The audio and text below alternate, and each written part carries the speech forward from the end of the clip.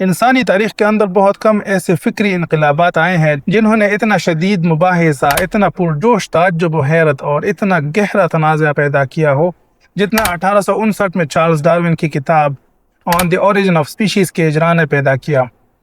یہ وہ لمحہ تھا جس نے سائنس کی دنیا کو ہمیشہ کے لیے بدل دیا۔ ڈارون نے انتہائی محتاط اور مضبوط شواہد کے ساتھ اور خوبصورت منطقی استدلال کے ذریعے یہ تجویز پیش کی کہ زمین پر موجود تمام جاندار ایک ہی مشترکہ جد امجد سے تعلق رکھتے ہیں، جو غالباً اربوں سال پہلے کی ایک سادہ سی یک خلیاتی زندگی کی شکل تھی، اور آج ہم جو ناقابل تصور بائیو ڈائیورسٹی دیکھ رہے ہیں، جنگلوں، سمندروں، آسمانوں اور زمین کے ہر کونے میں پھیلا ہوا، وہ در حقیقت اسی ایک جد امجد سے نسلاً بعد نسل تبدیلی کے ساتھ وراثت یعنی کہ ڈسینٹ ود موڈیفیکیشن کا نتیجہ ہے، جو لاکھوں کروڑوں سال کے وسیع ارضیاتی ادوار میں وقوع پذیر ہوا۔ تصور کیجئے زندگی کا یہ پورا درخت، رینگنے والے، اڑنے والے، تیرنے والے، دوڑنے والے اور یہاں تک کہ فنگس جیسے جاندار ایک ہی مربوط نسب نامہ ہے جو زندگی کی ابتدا تک جڑ پکڑتا چلا جاتا ہے۔ یہ ایک ایسا خیال ہے جو ذہن کو حیرت زدہ کر دیتا ہے۔ ڈارون نے خود اس خیال کو یوں بیان کیا: I think the green and budding twigs may represent existing species, and those produced during former years may represent the long succession of extinct species. میں سوچتا ہوں سبز اور کھلتی ہوئی ٹہنیاں موجودہ انواع کی نمائندگی کر سکتی ہیں، اور پچھلے برسوں میں پیدا ہونے والی ٹہنیاں ناپید ہو چکی انواع کی طویل کڑی کی نمائندگی کر سکتی ہیں۔ ڈارون نے اس عظیم تبدیلی کو چلانے کے لیے جو میکینزم تجویز کیا وہ تھا قدرتی انتخاب، جسے ہم نیچرل سلیکشن کہتے ہیں، جو اتفاقی طور پر پیدا ہونے والی وراثتی تغیرات پر عمل کرتا ہے۔ یہ ایک ایسا عمل ہے جس میں وہ جاندار جو اپنے ماحول کے زیادہ موافق ہوتے ہیں وہ زیادہ کامیابی سے زندہ رہتے ہیں اور نسل بڑھاتے ہیں اور اپنی فائدہ مند خصوصیات کو اپنی اولاد تک منتقل کرتے ہیں۔ اسے 20ویں صدی کے سب سے ممتاز ارتقائی حیاتیات دانوں میں سے ایک ارنسٹ مائر نے یوں خلاصہ کیا: Darwin's theory of evolution by natural selection is perhaps the only well-established theory in biology that makes historical claims about what happened in the past. یعنی ڈارون کا نظریہ ارتقاء بذریعہ فطری انتخاب شاید حیاتیات میں وہ واحد مستند نظریہ ہے جو ماضی میں ہونے والے واقعات کے بارے میں تاریخی دعوے کرتا ہے۔ قدرتی انتخاب کے ساتھ ساتھ ارتقائی کہانی کے لیے دو مزید انتہائی اہم عناصر ناگزیر ہیں، وہ ہے وقت اور وراثت۔ اربوں سال پر محیط گہرا ارضیاتی وقت وہ کینوس فراہم کرتا ہے جس پر قدرتی انتخاب اپنی تصویر کشی کرتا ہے، جبکہ والدین سے اولاد تک وراثتی معلومات کی وفادار منتقلی اس کا ذریعہ فراہم کرتی ہے۔ یہی وہ فریم ورک ہے جس کے اندر ہمیں ارتقائی حیاتیات کی شان و شوکت کے ساتھ ساتھ اس کے متنازع مسائل کا جائزہ لینا چاہیے۔ ابتدائی میں یہ بات واضح کرنا بہت ضروری ہے کہ ارتقائی تبدیلی کے دو متعلقہ مگر الگ الگ سطحوں میں فرق کیا جائے۔ مائکرو ارتقاء سے مراد آبادیوں کے اندر ایلیل فریکوینسیز میں ہونے والی تبدیلیاں ہیں جو مشاہدے کے قابل، ماپنے کے قابل اور تجرباتی طور پر دوبارہ پیدا کیے جانے کے قابل ہیں، جبکہ میکرو ایولوشن یا میکرو ارتقاء سے مراد نو سے اوپر کی بڑے پیمانے کی تبدیلیاں ہیں، نئے باڈی پلینز کا ظہور، نئے فائلہ اور نئی بنیادی حیاتیاتی ساختوں کا وجود۔ زیادہ تر بڑے ایولوشنری بایولوجسٹ یہ مانتے ہیں کہ میکرو ارتقاء دراصل مائکرو ارتقاء ہی ہے جو کافی لمبے وقت کے دوران کام کر رہا ہے۔ یہ ایک ایسا استنباط ہے جس کی وکالت ماڈرن ایولوشنری سنتھسس کے معماروں نے کی تھی، لیکن یہی وہ استنباط ہے جہاں سب سے گہرے سائنسی اور فلسفیانہ مباحث موجود ہیں۔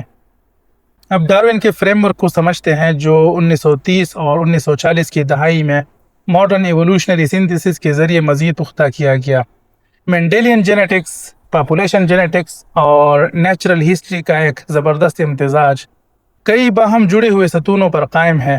ان ستونوں میں شامل ہے یونیورسل کامن ڈیسنٹ، وراثتی تغیرات کا تدریجی جمع ہونا یعنی کہ گریجولیزم، قدرتی انتخاب بطور بنیادی تخلیقی قوت یعنی natural selection as a creative force, اور اسپیسیشن یعنی ایک لینیج کا دوسرے میں تبدیل ہو جانا۔ ماڈرن ایولوشنری سنتھسس کے اہم معمار ڈابزنسکی نے اسے انتہائی مشہور الفاظ میں یوں بیان کیا: Nothing in biology makes sense except in the light of evolution، یعنی حیاتیات میں کوئی بھی چیز معنویت نہیں رکھتی سوائے ارتقاء کی روشنی میں۔ ایک نوع سے دوسری نوع بننے کا جو عمل تجویز کیا گیا ہے یعنی اسپیسیشن، یہ میکرو ارتقائی دعوے کے قلب میں ہے۔ ایلوپیٹرک اسپیسیشن جس میں جیوگرافک آئسولیشن پاپولیشنز کو تولیدی طور پر الگ تھلگ کر دیتی ہے، سب سے زیادہ دستاویز کیا گیا ہے۔ کافی نسلوں کے بعد الگ تھلگ آبادیاں جینیٹک طور پر اتنی مختلف ہو جاتی ہیں کہ آپس میں تولید ناممکن ہو جاتی ہے اور نئی الگ انواع وجود میں آ جاتی ہیں۔ لاکھوں کروڑوں سال تک اس عمل کے مسلسل کام کرنے کو ہی زندگی کے پورے بائیو ڈائیورسٹی کی وضاحت قرار دیا جاتا ہے۔ نیو ڈاروینین فریم ورک کو بعد کی دریافتوں نے نہ صرف مالا مال کیا بلکہ بعض پہلوؤں میں چیلنج بھی کیا۔ 1968 میں موتو کیمیورا نے neutral theory of molecular evolution پیش کی، جس نے ثابت کیا کہ مالیکولر سطح پر ہونے والی زیادہ تر جینیٹک تبدیلیاں منتخب طور پر غیر جانبدار یعنی سلیکٹیولی نیوٹرل ہوتی ہیں، جو قدرتی انتخاب کے بجائے رینڈم جینیٹک ڈرفٹ سے چلتی ہیں۔ ہاریزونٹل جین ٹرانسفر یعنی غیر متعلقہ جانداروں کے درمیان جینیٹک مواد کی تبدیلی کی دریافت نے سادہ شاخدار درخت کے ماڈل کو مزید پیچیدہ کر دیا، خصوصاً پروکیریوٹس کے لیے۔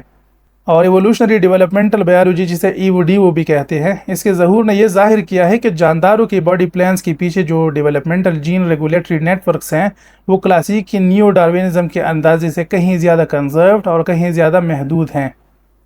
مائکرو ارتقاء کے لیے تجرباتی شواہد موجود ہیں، مثال کے طور پر بیکٹیریا میں اینٹی بائیوٹک کے خلاف مزاحمت کا ارتقاء۔ رچرڈ لنسکی کا مشہور لانگ ٹرم ایوولوشن ایکسپیریمنٹ جو 1988 سے اسکریشیا کولائی پر جاری ہے، یہ واضح کر چکا ہے کہ میوٹیشن اور قدرتی انتخاب لیبارٹری کے وقت کے اندر ہی نئی دستاویزی جینیٹک اختراعات پیدا کر سکتے ہیں۔ تاہم سائنس کے ساتھ فکری ایمانداری کا تقاضا یہ ہے کہ ہم تسلیم کریں کہ ایک سطح پر کسی میکینزم کے کام کرتے ہوئے دیکھ لینا خود بخود یہ ثابت نہیں کرتا کہ وہ میکینزم تمام سطح پر ایک جیسی تخلیقی طاقت کے ساتھ کام کر رہا ہے۔ Science is not a body of facts.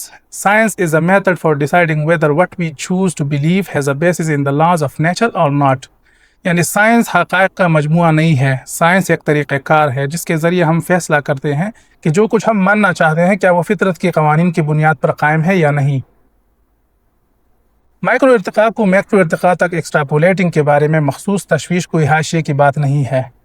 یہ اندرونی دائرہ معتبر ارتقائی حیاتیات دانوں ہی کی طرف سے بیان کی گئی ہے۔ اسٹیفن جے گولڈ اور نائلز الٹرچ کی 1972 میں متعارف کرائی گئی پنکچویٹڈ ایکویلیبریم کی تھیوری نے تدریجی استنباط کو براہ راست چیلنج کیا۔ انہوں نے دلیل دی کہ فاسل ریکارڈ لمبے عرصے کے سٹیسس اور ارضیاتی طور پر تیزی سے ہونے والی تبدیلیوں کو ظاہر کرتا ہے۔ یہ وہ پیٹرن ہے جو ڈارون کے تصور کردہ سست اور مسلسل مائکرو ارتقائی مراحل سے مطابقت نہیں رکھتا۔ اسٹیفن جے گولڈ اور نائلز الٹرچ کہتے ہیں The history of most fossil species includes two features particularly inconsistent with gradualism: stasis and sudden appearance. In any local area, a species does not arise gradually by the steady transformation of its ancestors. It appears all at once and fully formed. یعنی زیادہ تر fossil انواع کی تاریخ میں دو خصوصیات خاص طور پر تدریج یعنی گریجولیزم سے مطابقت نہیں رکھتے: سٹیسس یعنی مستقل حالت اور اچانک ظہور۔ کسی بھی مقامی علاقے میں ایک نوع اپنے انسسٹرز کی مسلسل تبدیلی کے ذریعے آہستہ آہستہ وجود میں نہیں آتی، بلکہ وہ ایک دم پوری طرح سے تشکیل پائی ہوئی حالت میں ظاہر ہوتی ہے۔ حال ہی میں ایک گروپ آف ارتقائی حیاتیات دانوں نے جو خود کو دا تھرڈ وے کہتے ہیں یعنی تھرڈ وے آف ایوولوشن والے، جن میں یونیورسٹی آف شکاگو کے جیمز شپیرو، تل اویو یونیورسٹی کے ایوا جابلونکا اور آکسفورڈ کے ڈینس نوبل شامل ہیں، ان کا کہنا ہے کہ نہ تو کلاسیکی ڈاروینزم اور نہ ہی انٹیلیجنٹ ڈیزائن ارتقائی تبدیلی کی مکمل وضاحت کر سکتے ہیں۔ ان کے مطابق epigenetic inheritance, natural genetic engineering اور نش کنسٹرکشن جیسے میکینزمز کو ایکسٹینڈڈ ایوولوشنری سنتھسس میں شامل کیا جانا چاہیے۔ جیمز شپیرو نے بڑے جوش و خروش سے لکھا، The capacity of living organisms to alter their own heredity is undeniable. Our ideas about evolution have to incorporate the basic fact of life. یعنی زندہ جانداروں کی اپنی وراثت کو تبدیل کرنے کی صلاحیت ناقابل انکار ہے۔ ارتقاء کے بارے میں ہمارے خیالات کو زندگی کی اس بنیادی حقیقت کو ضرور شامل کرنا چاہیے۔ لہٰذا مائکرو ارتقائی استنباط کے بارے میں شکوک و شبہات اینٹی سائنس نہیں ہے، یہ تو سائنسی درستگی کی ایک شکل ہے۔ اب ایک قدرتی سوال پیدا ہوتا ہے، کیا ہمیں ارتقائی تھیوری کو صرف سائنسدانوں کی عام اتفاقی رائے کی بنیاد پر قبول کر لینا چاہیے، یا آزاد اور تنقیدی سوچ کے ساتھ خود تحقیق کرنا زیادہ ایماندار اور درست راستہ ہے؟ یہ سوال نہ صرف ارتقائی حیاتیات بلکہ سائنس کے پورے فلسفے کے لیے اہم ہے۔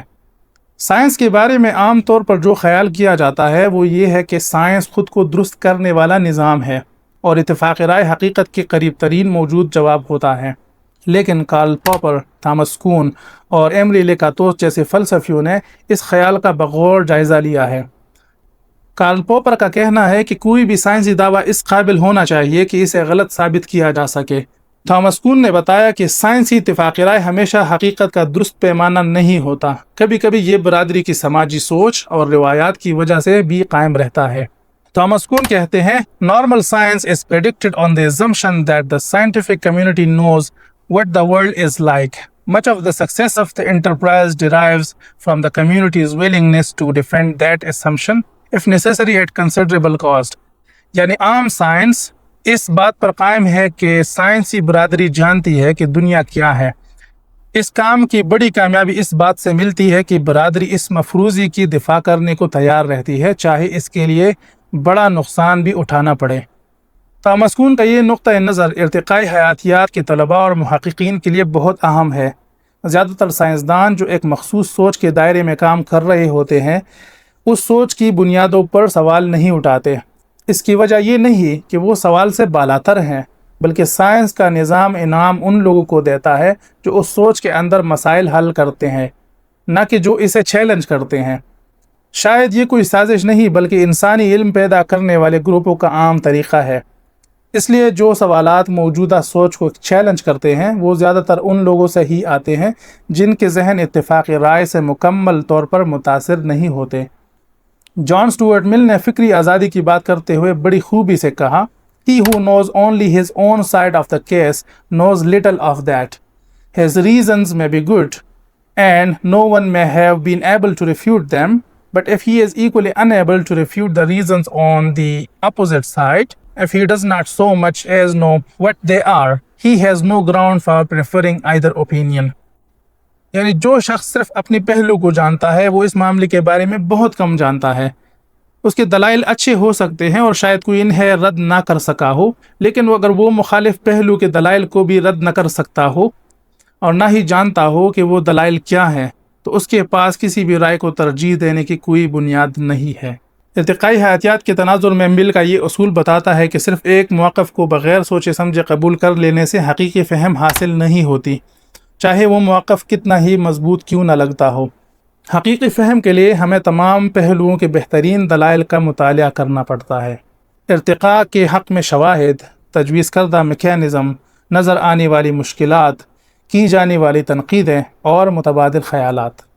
صرف وہی شخص جو کسی تھیوری کے مضبوط ترین اعتراضات سے لڑ چکا ہو یہ دعویٰ کر سکتا ہے کہ وہ سمجھتا ہے کہ اس تھیوری کو قبول کرنے کے کیا وجوہات ہیں۔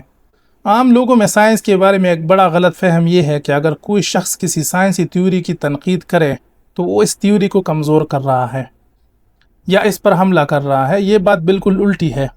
دراصل اچھی اور مضبوط تنقید ہی وہ طریقہ ہے جس سے تھیوریاں بہتر ہوتی ہیں، مضبوط ہوتی ہیں اور کبھی کبھی پوری طرح بدل بھی جاتی ہیں۔ سائنس کی پوری تاریخ نتیجہ خیز اختلاف رائے کی تاریخ ہے۔ فلسفی ایمری لیکاتوس نے اس بات کو ریسرچ پروگرام کے تصور سے سمجھایا۔ ایک تھیوری ایک مرکزی خیال پر قائم ہوتی ہے جو پروٹیکٹیو بیلٹ یعنی ایک حفاظتی حلقے سے گھری ہوتی ہے۔ یہ حلقہ چھوٹی چھوٹی وضاحتیں کر کے مشکلات کو جذب کرتا رہتا ہے۔ لیکاتوس کے مطابق سائنس کی ترقی صرف ایک مفروضے کو غلط ثابت کرنے سے نہیں ہوتی بلکہ مختلف ریسرچ پروگراموں کے آپس میں مقابلے سے ہوتی ہے کہ کون سا پروگرام نئی پیش گوئیاں کر سکتا ہے اور مشکلات کو بہتر طریقے سے حل کر سکتا ہے۔ اچھی تنقید، مسائل کو پہچاننا، عارضی حل تلاش کرنا اور نئے فریم ورک تجویز کرنا سائنس کی مخالفت نہیں بلکہ سائنس کی جان ہے۔ ارنسٹ مائر کہتے ہیں کہ science advances not by the accumulation of new facts but by the continuous revision of our interpretive frameworks in response to those facts۔ یعنی سائنس نئے حقائق جمع کرنے سے نہیں بڑھتی بلکہ ان حقائق کے سامنے اپنے فہم کے فریم ورک کو مسلسل تبدیل کرنے سے بڑھتی ہے۔ سائنس میں سب سے مشہور مثال جو آزاد سوچ اور اختلاف رائے سے بڑی تبدیلی لائی وہ البرٹ آئنسٹائن کی ہے۔ آئنسٹائن ایک پینٹ آفس کے کلرک کے طور پر کام کر رہے تھے۔ انہوں نے نیوٹن کے نظریات کو ماننے کے بجائے ان کی بنیادی باتوں، جگہ اور وقت کی مطلقیت پر سوال اٹھایا۔ ان کی 1905 کی خاص نسبتیت کی تھیوری اور 1915 کی عام نسبتیت کی تھیوری اتفاق رائے سے نہیں نکلی، بلکہ اتفاق رائے کو عارضی طور پر ایک طرف رکھ کر نکلی۔ سبق یہ نہیں ہے کہ اتفاق رائے ہمیشہ غلط ہوتا ہے، بلکہ سائنس کی سب سے بڑی پیش رفت ان لوگوں سے آئی ہے جو اپنے ہم عصر لوگوں کے مانے ہوئے مفروضوں پر سوال اٹھانے کی ہمت رکھتے تھے۔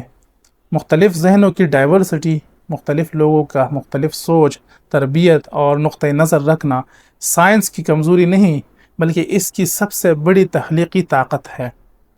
کارل سیگن کہتے ہیں، If we are not able to ask skeptical questions to interrogate those who tell us that something is true, then we are up for grabs for the next charlatan, political or religious who comes along. یعنی اگر ہم شک کرنے والے سوالات نہیں پوچھ سکتے، ان لوگوں سے پوچھ گچھ نہیں کر سکتے جو ہمیں کہتے ہیں کہ فلاں بات سچ ہے، تو ہم اگلے دھوکے باز، سیاسی ہو یا مذہبی، کے لیے آسان شکار بن جاتے ہیں۔ ارتقائی حیاتیات پر کوئی بھی سنجیدہ بات کرتے ہوئے ایک اہم بات واضح کرنی چاہیے۔ سائنس کوئی عقیدہ یا عقائد کا نظام نہیں ہے، سائنس ایک طریقہ کار ہے، قدرتی دنیا کے بارے میں علم پیدا کرنے، اس کی جانچ کرنے اور اسے بہتر بنانے کا ایک منظم طریقہ۔ سائنس اور سائنسدان فی الحال کیا مانتے ہیں کو ایک چیز سمجھ لینا بڑی غلطی ہے۔ سائنسدانوں کا موجودہ عقیدہ سائنسی طریقہ کار کا بہترین نتیجہ ہوتا ہے، لیکن یہ خود طریقہ کار نہیں ہے۔ جب بھی نئے شواہد یا نئے دلائل آئیں، یہ بدلا جا سکتا ہے۔ جسمانیت کے ماہر اور سائنسی سوچ کے زبردست حامی رچرڈ فائنمنٹ نے اس بات کو بڑی سادگی سے بیان کیا۔ Science is the belief in the ignorance of experts. When someone says science teaches such and such, he is using the word incorrectly. Science does not teach anything. Experience teaches it. یعنی science ماہرین کی جہالت پر یقین رکھنے کا نام ہے۔ جب کوئی کہتا ہے کہ سائنس یہ سکھاتی ہے، تو وہ لفظ کا غلط استعمال کر رہا ہوتا ہے۔ سائنس کچھ نہیں سکھاتی، تجربہ سکھاتا ہے۔ اس لیے کسی بھی سائنسی تھیوری کے بارے میں صحیح رویہ یہ نہیں ہے کہ ہم اسے آنکھیں بند کر کے قبول کر لیں یا فوراً رد کر دیں، بلکہ صحیح رویہ یہ ہے کہ ہم شواہد کے مطابق عارضی طور پر اسے مان لیں یا رد کر دیں۔ جہاں شواہد مضبوط ہوں اور تھیوری سخت جانچ سے گزر چکی ہو، وہاں اسے قبول کرنا معقول ہے، لیکن جہاں شواہد نامکمل ہوں، جہاں مسائل جمع ہو رہے ہوں، جہاں میکینزم تجویز تو کیے گئے ہوں مگر ثابت نہ ہوئے ہوں، وہاں مسلسل تحقیق اور تھوڑی سی عاجزی بھی بالکل معقول ہے۔ ایولوشنری بایولوجی دوسرے سائنسی شاخوں سے الگ ہے کیونکہ اس کے مرکزی تاریخی دعوے انہیں براہ راست دکھایا یا مکمل طور پر تجرباتی طور پر دہرایا نہیں جا سکتا۔ فاصل کے ماہر ڈیوڈ روپ نے اس مشکل کو بڑی ایمانداری سے تسلیم کیا۔ We now have 250,000 fossil species, but the situation hasn't changed much. The record of evolution is still surprisingly jerky, and ironically, we have even fewer examples of evolutionary transition than we had in Darwin's time. یعنی اب ہمارے پاس 250,000 fossil انواع ہے، مگر صورتحال زیادہ نہیں بدلی۔ ارتقاء کا ریکارڈ اب بھی حیران کن طور پر ٹوٹا پھوٹا ہے، اور دلچسپ بات یہ ہے کہ ڈارون کے زمانے کے مقابلے میں ہمارے پاس ارتقائی منتقلی کی مثالیں اب بھی کم ہیں۔ جو شخص ارتقائی حیاتیات کے ساتھ سنجیدگی اور ایمانداری سے معاملہ کرنا چاہتا ہے، نہ کہ صرف پاپولر سائنس کا صارف بن کر، بلکہ ایک آزاد سوچنے والے کے طور پر، اس کے لیے سب سے بہتر راستہ ایک منظم اور گہری تحقیق کا پروگرام ہے۔ اس کا مطلب یہ نہیں کہ پہلے کوئی نتیجہ طے کر لیں اور پھر اس کی تائید میں مواد پڑھیں، بلکہ اس کا مطلب ہے کہ شواہد، دلائل اور ابھی تک حل نہ ہونے والے سوالات کو جہاں لے جائیں وہیں تک جائیں۔ پہلا قدم یہ ہوگا کہ ارتقائی سوچ کی تاریخی نشوونما کو اچھی طرح سمجھنا۔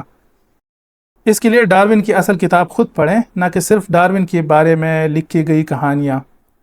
ان کے اصل دلائل کو پوری گہرائی اور ان کی تسلیم شدہ مشکلات سمجھیں۔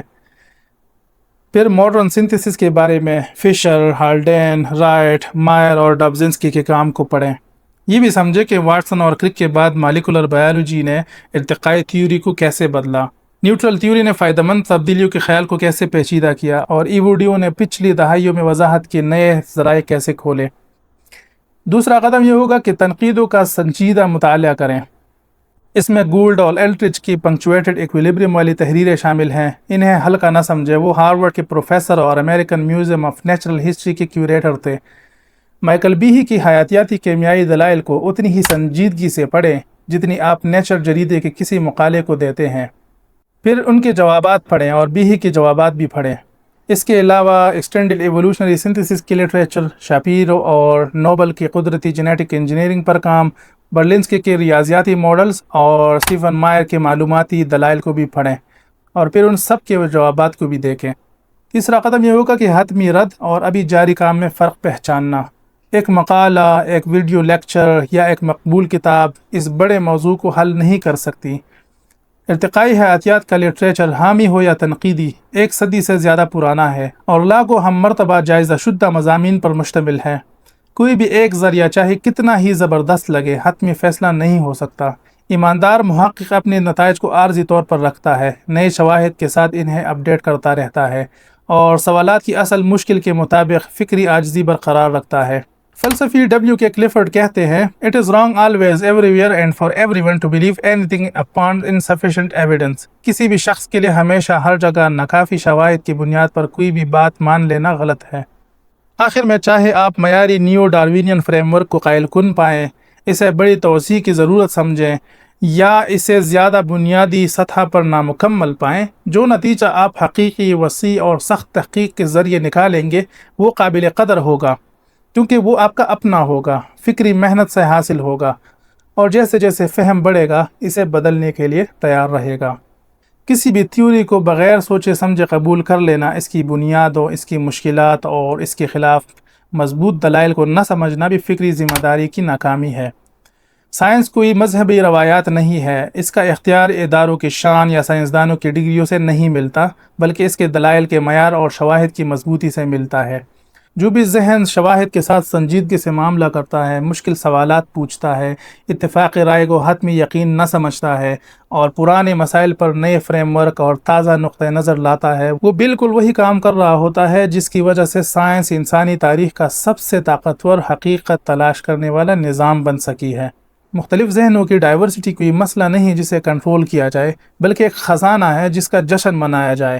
آئنسٹائن کی نسبتیت، میکلنٹاک کی جمپنگ جینز، مارگولس کی اینڈو سمبائوسس اور گولڈ اور الٹرچ کی پنکچویٹڈ ایکویلیبریم، یہ سب کنٹریبیوشن ان لوگوں سے آئے ہیں جو وہ دیکھنے کو تیار تھے جو دوسروں نے نظر انداز کر دیا تھا، وہ سوالات پوچھنے کو تیار تھے جو دوسروں کے ذہن میں نہیں آئے، اور شواہد کو تکلیف دہ علاقوں میں بھی لے جانے کو تیار تھے۔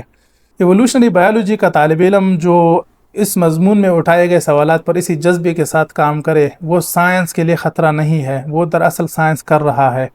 گلیلیو گلیلی کہتے ہیں کہ "In questions of science, the authority of 1,000 is not worth the humble reasoning of a single individual."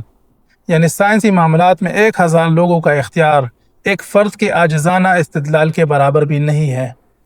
Evolutionary biology میں حقیقت کی تلاش، جیسا کہ ان تمام شعبوں میں جہاں سوالات واقعی مشکل ہوں اور داؤ بھی بہت زیادہ ہوں، آزاد سوچ کی پوری طاقت کا مطالبہ کرتی ہے۔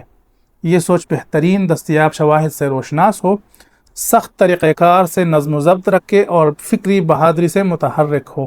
یہی جستجو، نہ کہ راستے میں پہنچنے والا کوئی خاص نتیجہ، سائنس کے ساتھ ویسے ہی معاملہ کرنے کا مطلب ہے جیسا سائنس کے ساتھ کرنا چاہیے۔ بہت شکریہ۔